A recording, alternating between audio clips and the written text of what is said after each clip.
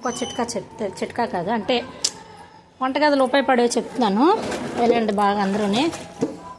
Cooker కడుగుతారు కదా, కడిగినప్పుడు ఇందులోని కన్నంలో నుంచి ఇలా చూడండి, వెలుతురు వైపు కన్నం కనిపిస్తుందా లేదా నీట్గా.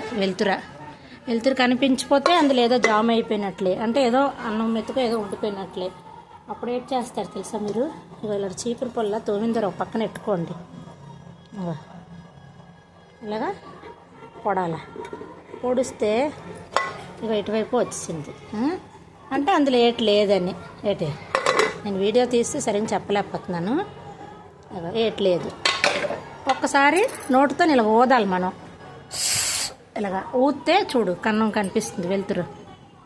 అది అలాగ అవ్వలేదనుకో కుక్కర్లు పేలిపోవడం, ఆ జామ్ అయిపోయి విజిల్ రాక కుక్కర్లు దన్నమని ఎగిరిపోతుంటాయి మూతలు. ఆడవాళ్ళందరూ బాగా ఇలాంటివి గమనించండి. చాలామందికి చూస్తుంటాను ఎక్కువ, కుక్కర్ ఎగిరిపోయిందండి, మా మూత పేలిపోయిందండి అంటారా.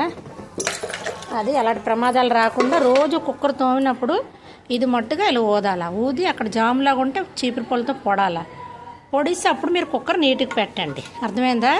ఎలాగ పడితే అలా కంగారులో పెట్టేసి అందులో ఎండిపోయిన అన్నం ఉంటుందా, దానివల్ల బయటికి గాలి రాక టస్మని పేలిపోతుంది. అది చెప్తున్నాను కదా, బాగా గమనించి మీరు అలాగే పాటించండి. ఓకేనా?